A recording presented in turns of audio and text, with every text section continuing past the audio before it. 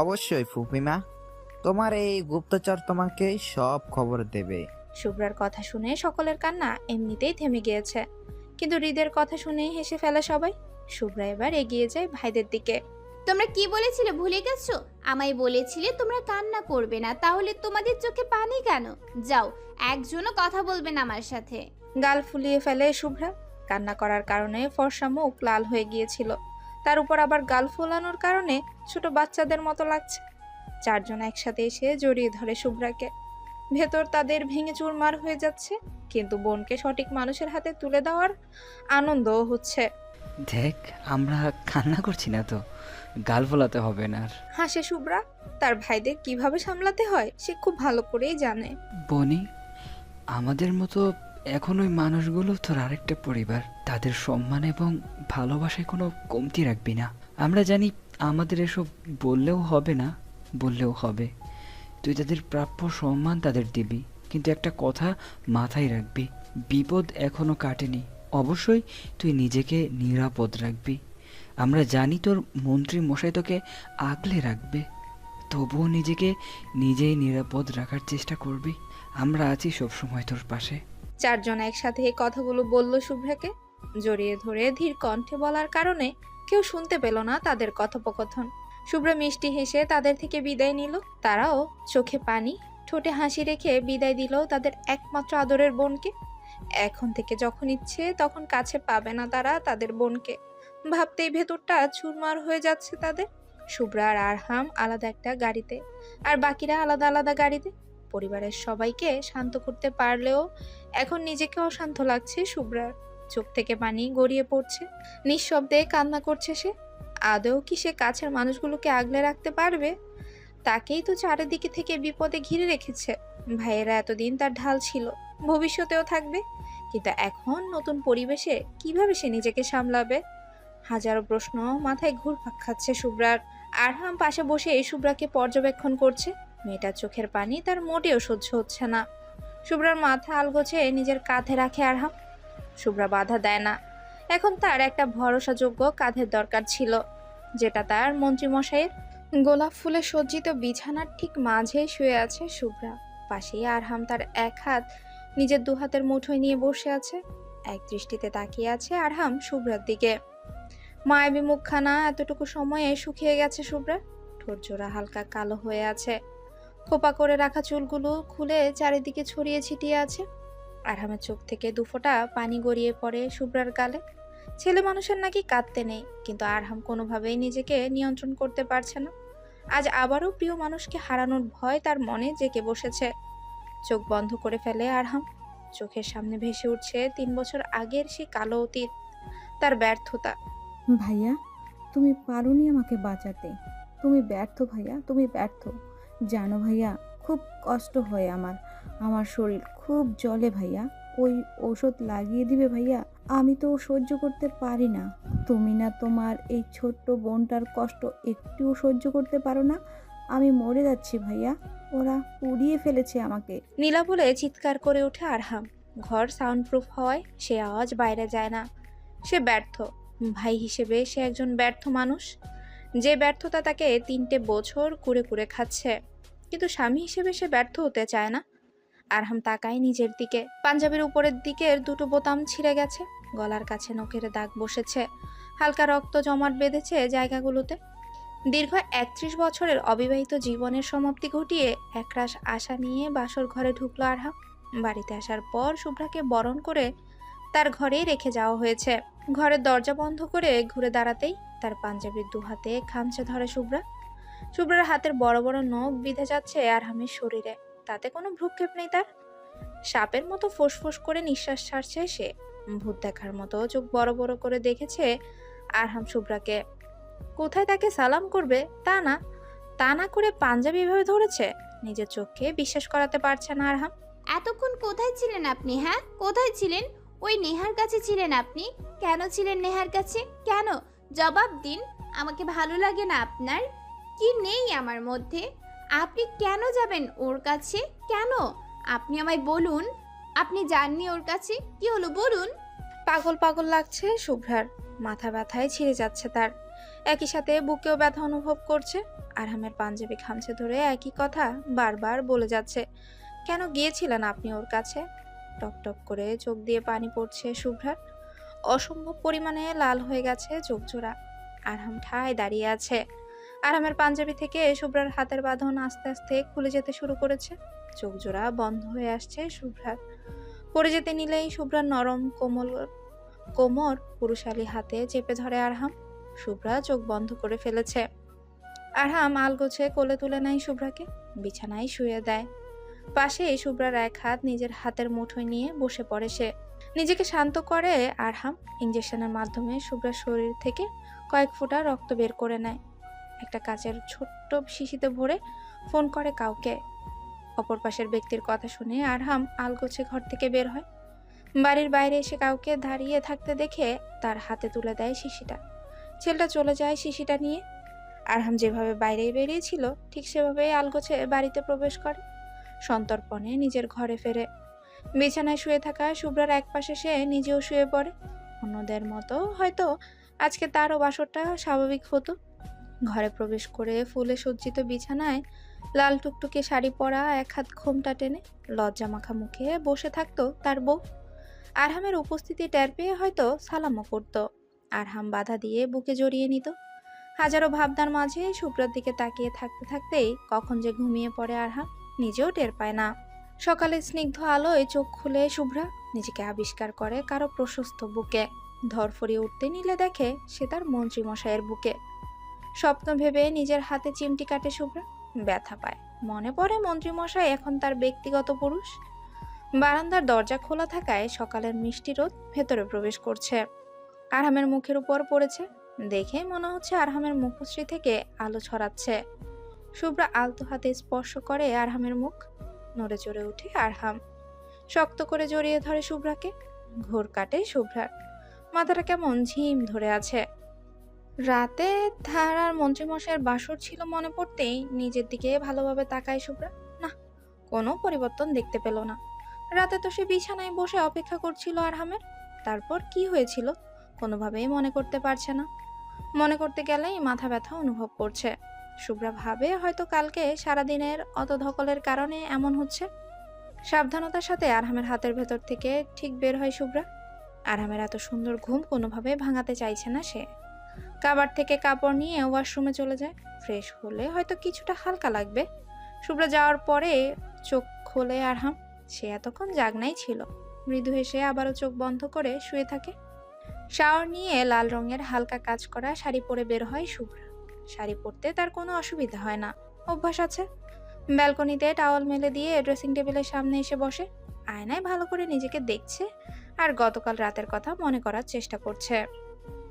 গতকাল রাতে বাড়িতে আসার পর আরহামের মা চাচিরা মিলে তাদের বরণ করে ভেতরে প্রবেশ করায়। এর মধ্যে আরহামের কাজিনরা মিলে শুভ্রাকে ঘরে নিয়ে যায়। ঘরে ঢোকা মাত্রই থমকে যায় শুভ্রা। সে যেভাবে কল্পনা করেছিল তার থেকেও কয়েক গুণ সুন্দর করে সাজানো হয়েছে। বিছানার মাঝে গোলাপ ফুলের পাপড়ি দিয়ে লাভ শেপ তৈরি করা। তাছাড়া ড্রেসিং টেবিল থেকে শুরু করে সব জায়গায় ক্যান্ডেলের সাথে গোলাপের সমাহার। সবাই মিলে শুভ্রাকে বিছানার মাঝে বসিয়ে দেয়। আরহামের কাজিন বোনেরা বিবাহিত হওয়ায় নানা রকম লজ্জা দিতে শুরু করে শুভ্রাকে। এক একজনের এক এক রকম লাগামহীন কথা শুনে কান গরম হয়ে যায় শুভ্রার। মনে হচ্ছে এখনই কান দিয়ে ধোঁয়া বের হবে। অস্বস্তি শুরু হয় তার। পাশে বসা রাইমার হাতের উপর হাত রেখে শুভ্রা। রাইমা বুঝতে পারে শুভ্রার অবস্থা। সে কোনো রকমে সবাইকে নিয়ে ঘর থেকে বের হয়। শুভ্রাকে ইশারা করে যায় সবাইকে বাইরে রেখে সে আসছে। শুভ্রা সম্মতি জানায়। কাজিনদের মধ্যে কেউ কোনোদিন আরহামের ঘরে প্রবেশ করার সাহস পায়নি। তাছাড়া সবসময়ই লক করা থাকতো তার রুম। আজকে যখন সুযোগ পেয়েছে কিছুতেই তারা বের হতে চাচ্ছে না। রাইমা অনেক কষ্টে তাদের বের করে। সবাই যাওয়ার পর শুভ্রা বড় একটা নিঃশ্বাস ছাড়ে। দম বন্ধ হয়ে যাচ্ছিল তার। ভীষণ লজ্জা করছে তার। কল্পনায় আরহামকে নিয়ে নানা রকম স্বপ্ন সাজাতে ব্যস্ত হয়ে পড়লে নেহা প্রবেশ করলো ঘরে। চারিদিকে ভালোভাবে দেখে নিল নেহা। ধীর পায়ে শুভ্রার কাছে গিয়ে বসলো। পাশে কারো উপস্থিতি টের পেয়ে শুভ্রা তাকায় সেদিকে। নেহাকে দেখে লজ্জারাঙা মুখ গম্ভীর হয়ে যায়। রাগে শরীর জ্বলে যাচ্ছে তার। বিয়ের শুরু থেকে শেষ পর্যন্ত কোথাও দেখেনি নেহাকে। রাইমা আর অদিতি স্টেজে বসেছিল। নেহা বিয়েতে উপস্থিত ছিল না। নেহা ঈর্ষার্থক দৃষ্টিতে দেখে শুভ্রাকে। মেয়েটা তার থেকেও সুন্দর, এজন্যই বুঝি আরহাম এই মেয়েকে বিয়ে করেছে। চোয়াল শক্ত হয়ে যায় নেহার। আমি নেহা, আরহামের কাজিন। আরহাম কমপক্ষে হলো নেহার থেকে 5-6 বছরের বড় হবে। তাহলে এভাবে নাম ধরে ডাকবে কেন? আপু, আমি যতদূর জানি আপনি মন্ত্রী মশাইয়ের চাচাতো বোন। আপনি ওনার থেকে কমপক্ষে হলেও 5-6 বছরের ছোট হবেন। তাহলে নিজের ভাইকে এভাবে নাম ধরে বলছেন কেন? আরহাম আমার নিজের ভাই নয় যে তাকে নাম ধরে ডাকতে পারবো না। তাছাড়া আমি আরহামকে ছোটবেলা থেকে ভালোবাসি, আরহামও আমাকে ভালোবাসে। মাঝখানে তুমি কাটা হয়ে ঢুকে পড়েছো। তুমি জানো আমি এতক্ষণ কোথায় ছিলাম? দাঁতে দাঁত চেপে নেহার কথা শুনছে শুভ্রা। নেহার একটা কথাও যে সত্যি নয় সে জানে, তবুও রাগ হচ্ছে তার।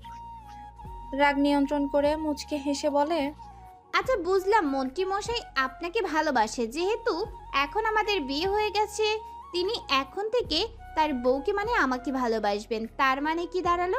একসময় ভালোবাসতো আপনাকে, যদিও সঠিক কিনা সন্দেহ, কিন্তু এখন তার সর্বত্র জুড়ে আমার বাস।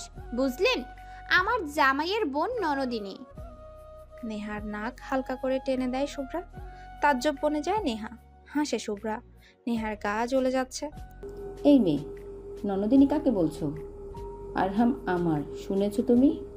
যাই হোক, তুমি জানো আমি আরহামের কাছ থেকে আসলাম।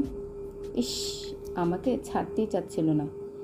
মাঝে কয়েক বছর আমি ছিলাম না এখানে, সেজন্য সব ভালোবাসা একবারেই দিয়ে দিচ্ছিল। তোমার সাথে বিয়ে তো পরিবারের চাপে পড়ে করেছে। কিছুদিন পর তোমাকে ছেড়ে দিয়ে আমার কাছে চলে আসবে। নিজের ব্যক্তিগত পুরুষকে নিয়ে অন্য কোনো নারীর মুখে এমন কথা কেউই সহ্য করতে পারবে না। শুভ্রও পারছে না। মাথায় রক্ত উঠে যাচ্ছে তার। বাম হাতে হঠাৎ পিঁপড়া কামড় দেওয়ার মতো ব্যথা হলো, কিন্তু রেগে থাকার কারণে এড়িয়ে গেল। মানুষ বরাবরই রাগের মাথায় সবসময় ভুল সিদ্ধান্ত নিয়ে থাকে। শুভ্রার ক্ষেত্রেও ব্যতিক্রম হলো না। সমস্ত রাগ আরহামের উপর দিয়ে উঠিয়েছে সে। ভুলে গেল নেহা আর মন্ত্রীমশাইয়ের মধ্যকার সম্পর্ক কেমন। মাথা ঘুরতে শুরু করলো। মন্ত্রীমশাই নেহার কাছে ছিল। নেহা উঠে দাঁড়ালো। তার কাজ শেষ। যা করতে এসেছিল সেটা করে ফেলেছে। হাসি মুখে ঘর থেকে বের হতে নেয় সে। দরজার কাছে আসতেই রাইমার মুখোমুখি হয়। রাইমা ভ্রুকুচকে তাকায় নেহার দিকে। আপু, তুমি এখানে কি করছো? কেন আসতে পারি না? তোদের ভাইয়ের বউকে দেখতে এসেছিলাম, দেখা শেষ, এখন চলে যাচ্ছি। তুইও চল, আর এখানে থাকতে হবে না, আরহামের আসার সময় হয়েছে। রাইমাকে আর কিছু বলার সুযোগ না দিয়ে নেহা টেনে নিয়ে যেতে শুরু করে। রাইমার সন্দেহ হয় নেহার ব্যবহারে, কিন্তু আরহামের আসার সময় হয়েছে বিদায় সে আর এসব নিয়ে ঘাটে না।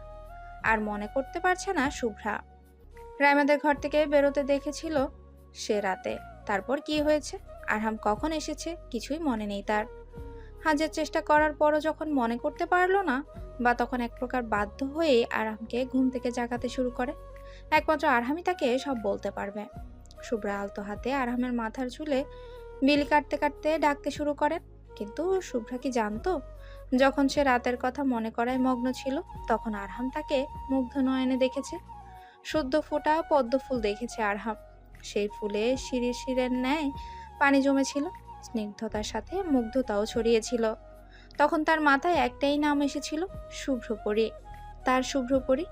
শুভ্রা যখন তাকে ডাকতে ধরে, তখনই সে আবারও চোখ বন্ধ করে ফেলে। মন্ত্রী মশাই, মন্ত্রী মশাই উঠুন।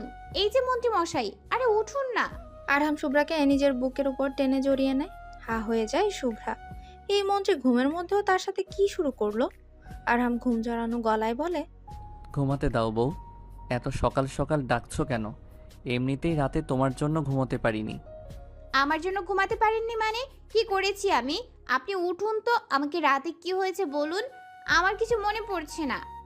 আরহাম বুকের উপর থেকে নামিয়ে বিছানায় শুইয়ে দেয় শুভ্রাকে।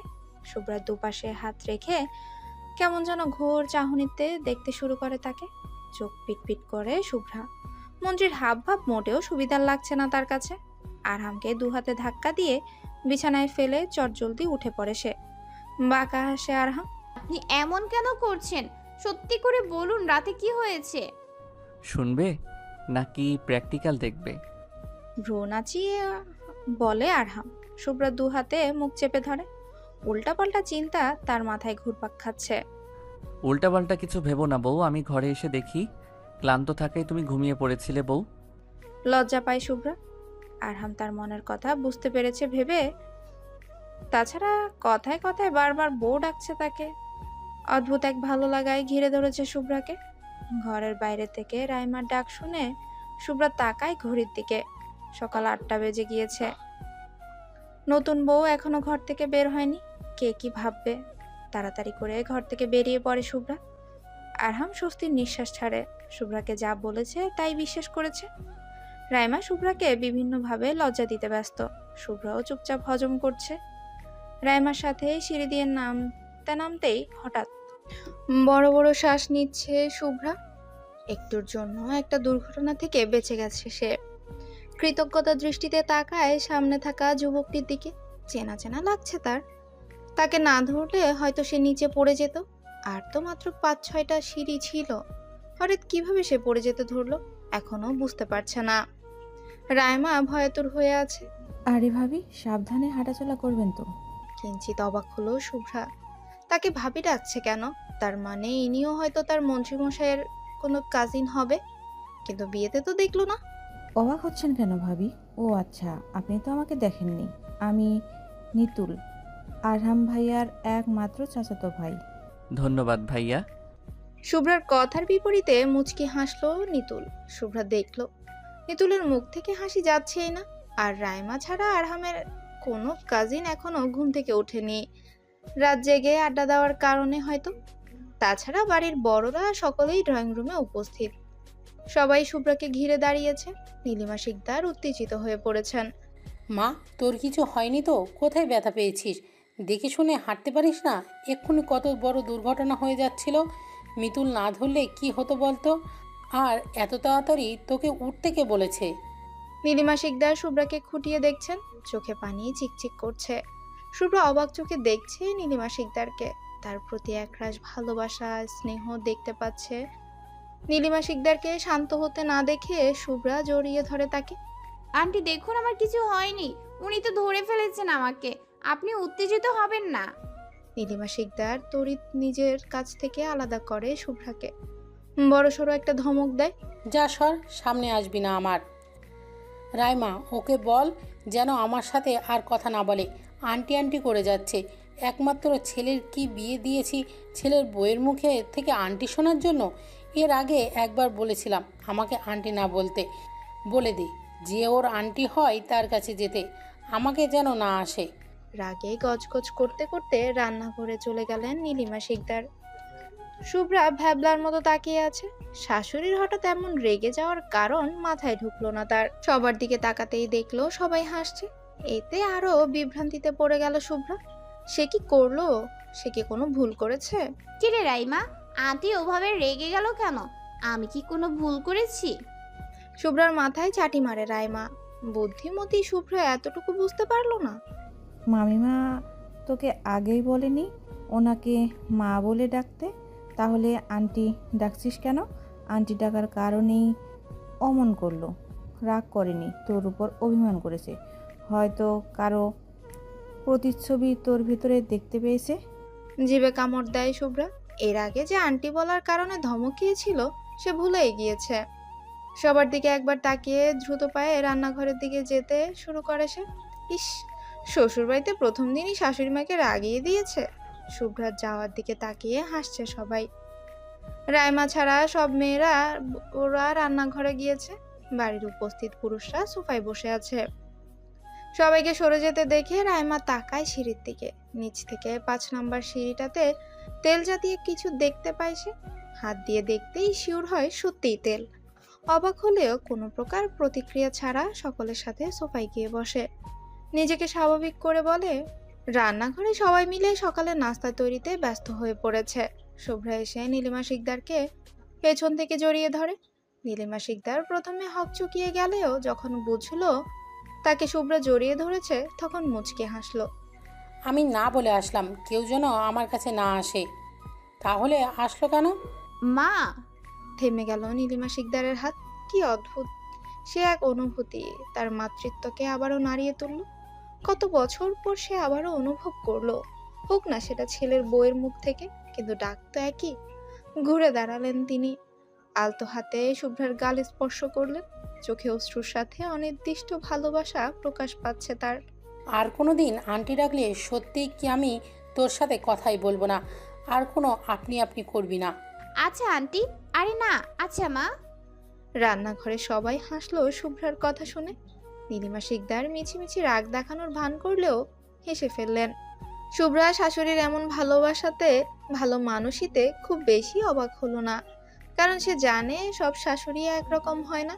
তার শাশুড়ির মতো তো তার বাড়িতেও দুজন মানুষ আছে যারা কখনোই তার ভাবিদের সাথে খারাপ ব্যবহার করেনি, উল্টো সব সময় নিজের মেয়ের মতো আগলে রেখেছে।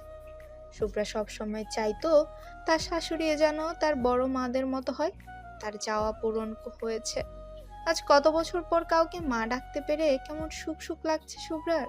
চোখের কোণে পানি জমে গেছে।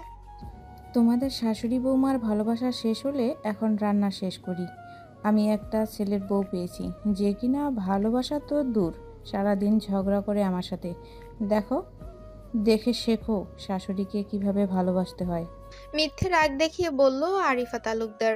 তার একমাত্র ছেলের বউ সাথী হেসে উঠলেন শাশুড়ির কথা। সে নিজেও জড়িয়ে ধরলো আরিফা তালুকদারকে। হয়েছে এবার, তুমি তো আমার সাথে ঝগড়া করো, আমি মোটেও করি না। হাসলেন আরিফা তালুকদার। তারা তার ছেলের বউয়ের সম্পর্কে সবকিছুই আছে, ঝগড়া, ভালোবাসা। নীলিমা শিকদারের বোন নিরিতা শেখ আর ভাবি রুবিনা মির্জা তাকায় তাদের বৌমাদের দিকে। তাদের বৌমারাও দেরি না করে জড়িয়ে ধরে তাদের। রান্নাঘরে সবাই একসাথেই হেসে ওঠে। ড্রয়িং রুম থেকে সবাই দেখে তাদের মুখেও তৃপ্তির হাসি। জোর করে নিজের হাতে সকলের জন্য চা কফি বানিয়েছে শুভ্রা। শাশুড়ি মায়ের কাছ থেকে কম বকা শুনতে হয়নি তাকে। কিছুতেই তাকে করতে দিবেন না বলে পণ করেছিলেন তিনি, যদি হাত পুড়িয়ে ফেলে সেই ভয়ে। কিন্তু শুভ্রাও তো নাছোড়বান্দা। শেষে বাধ্য হয়ে শুভ্রাকে শুধু চা কফি বানানোর অনুমতি দিয়েছেন। কে চা খায়, কে কফি খায় সব বলে দিয়েছেন, এবং সাথে চিনির পরিমাণও। কিন্তু আরহামের বেলায় বলে দিতে হয়নি, শুভ্রা নিজেই করেছে। এই নিয়ে ভাবিদের কাছ থেকে লজ্জাও পেতে হয়েছে তাকে। নিজেই পরিবেশন করবে বলে জানিয়েছেন।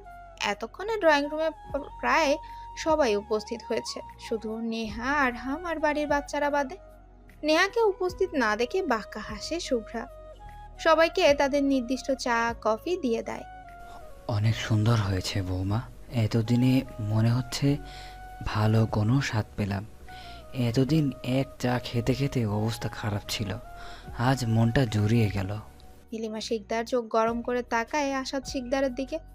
আসাদ শিকদার ফিক করে হেসে দেয়। একে একে সকলেই প্রশংসা করে। সাথে এক কাপ কফি এনে শুভ্রার হাতে ধরিয়ে দেয়। এটা তোমার মন্ত্রীমশাইকে দিয়ে এসো।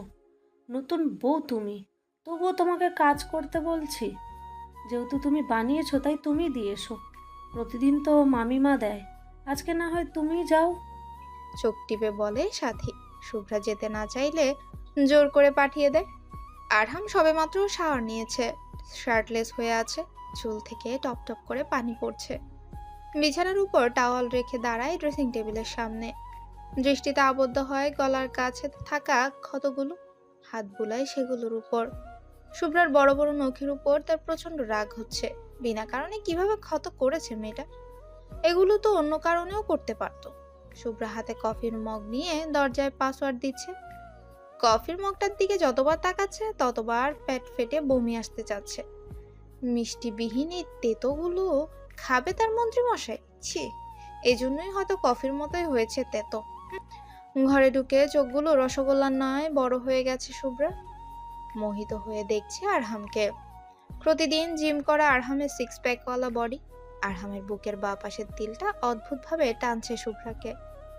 আরহাম মুখে দুষ্ট হাসি ফুটিয়ে এগিয়ে আসে শুভ্রার কাছে। শুভ্রার হাত থেকে কফির মগটা নিয়ে শুভ্রাকে টেনে নিয়ে গিয়ে বসায় বিছানার উপর। কিছুক্ষণ পর বলে, আমার কাজ শেষ, দেখো তো এখন কত সুন্দর লাগছে। সম্মোহিত শুভ্রার ঘোর কাটে, লজ্জা পায়। এভাবে তাকিয়েছিল ভেবেই। আরহাম কখন তাকে বিছানায় বসিয়েছে বুঝতেই পারেনি। আরহামের হাতে থাকা নিজের দু হাতের দিকে দেখতেই চোখ জোড়া বড় বড় হয়ে যায়। তার এত সাধের নখগুলো নেই। আরামের হাত থেকে নিজের হাত ছাড়িয়ে নিয়ে প্রথমে চোখ ডোলে শুভ্রা, তারপর ভালো করে হাতের দিকে তাকাতেই দেখে সত্যি সত্যি তার নখগুলো নেই। এত যত্ন করে রাখা নখগুলো একেবারে কেটে দিল। তেতে উঠে শুভ্রা, কিন্তু এটা কি হলো? শুভ্রাকে কোনো পাত্তাই না দিয়ে কফি মগ হাতে নিয়ে ব্যালকনিতে চলে গেল আরহাম। রাগে দুঃখে মাথা ফাটাতে ইচ্ছে করছে শুভ্রার। আহারে, তার সাধের নখগুলো। হঠাৎ শুভ্রার মাথায় দুষ্ট বুদ্ধি খেলে গেল। সে আর আরহামকে কিচ্ছু না বলে ঘর থেকে বেরিয়ে গেল। এখন কিচ্ছু করবে না, এর সত্য তুলবে সময় মতো। কাউকে কিছু না জানিয়ে পার্টি অফিসে চলে এসেছে আরহাম। বাড়িতে জানালে হয়তো বিয়ের পরের দিন না আসার জন্য জোর করত, কিন্তু সে মন্ত্রী মানুষ, জনগণের দায়িত্ব তার কাঁধে। আরহামের জন্য অগত্যা ফাহিমকেও আসতে হয়েছে। রাগে দুঃখে টেবিলের সাথে মাথা ঠেকিয়ে আরহামকে দেখছে ফাহিম। এখন মনে হচ্ছে বাবার বিজনেস সামলালেই ভালো হতো। কেন যে রাজনীতির প্রতি এত আগ্রহ দেখাতে গেল? আরহাম শান্ত চোখে দরজার দিকে তাকিয়ে আছে, হয়তো বা কারোর আসার অপেক্ষা করছে। ভাই, আজকে কি খুব দরকার ছিল আসার? চুপ থাক ফাহিম। শাদি কি বিয়ের পরের দিন বউ রেখে এসেছি নাকি? কোথায় এখন বউয়ের সাথে রোম্যান্স করব, তার বদলে কাজ করতে হচ্ছে। তোর আবার কিসের কষ্ট রে? চুপ থাক। কানে হাত চেপে ধরলো ফাহিম। মনে মনে আরহামের গুষ্টির পিন্ডি চটকাচ্ছে। নির্লজ্জ মন্ত্রী। আরহাম ফোনের নোটিফিকেশন আসায় সেদিকে দেখে। ঠোঁটে মৃদু হাসি সৃষ্টি হয়, তবে পরক্ষণে আবার কোনো কিছু চিন্তায় তা গায়েব হয়ে যায়। এবার দৃষ্টি ফেলে দরজার দিকে। তখনই শুভ ভেতরে প্রবেশ করে। ভাই, এই যে। আরহামের হাতে কয়েকটা কাগজ দেয় শুভ। আরহাম চোখ বন্ধ করে বড় করে নিঃশ্বাস ছেড়ে কাগজগুলো দেখে। আরহামের হাত কাঁপছে, চোখ জোড়া রক্তিম হয়ে উঠছে, বুকের ভেতর প্রবল ব্যথা হচ্ছে। ভয় তাকে চারদিক থেকে ঘিরে ধরেছে। শুভ আর ফাহিম আরহামের অবস্থা দেখে ভয় পেয়ে যায়। ফাহিম পানি এগিয়ে দেয় আরহামের দিকে। আরহাম এক হাতে খামচে ধরে কাগজগুলো, আর এক হাতে গায়ে সর্বস্ত শক্তি প্রয়োগ করে টেবিলে ঘুষি মারে। মুহূর্তের মধ্যে হাত রক্তাক্ত হয়ে যায় আরহামের। গল গল করে রক্ত পড়তে শুরু করে। অন্তরাত্মা কেঁপে ওঠে ফাহিমের আর শুভর। আরহামকে কখনোই তারা এমন অবস্থায় দেখেনি। চিৎকার করে ওঠে আরহাম। ড্রাগ। আরহামের সামনেই অনুভূতি শূন্য হয়ে বসে আছে ফারহাদ, রাহাত, রিমন আর ফাহিম। শুভ আরহামের হাতে ব্যান্ডেজ করছে। টেবিলে ঘুষি মারার কারণে হাত অনেকখানি কেটে গেছে, কিন্তু সেদিকে বিন্দুমাত্র ভাবান্তর নেই আরহামের। তার নজর টেবিলের উপরে রাখা কাগজগুলোর দিকে, বাকিদের নজরও সেদিকে। আরহামের অবস্থা দেখে ফাহিম যখন কাগজগুলো দেখার জন্য নেয়, তখন তার মনে হয়েছিল তার কলিজাকেও ছিঁড়ে নিয়ে যাচ্ছে। থমকে গিয়েছিল সে। কাগজগুলো ছিল মেডিকেল রিপোর্ট, যেখানে শুভ্রার নাম জ্বলজ্বল করছে। তার মধ্যেই ফারহাদ, রাহাত আর রিমনও আসে।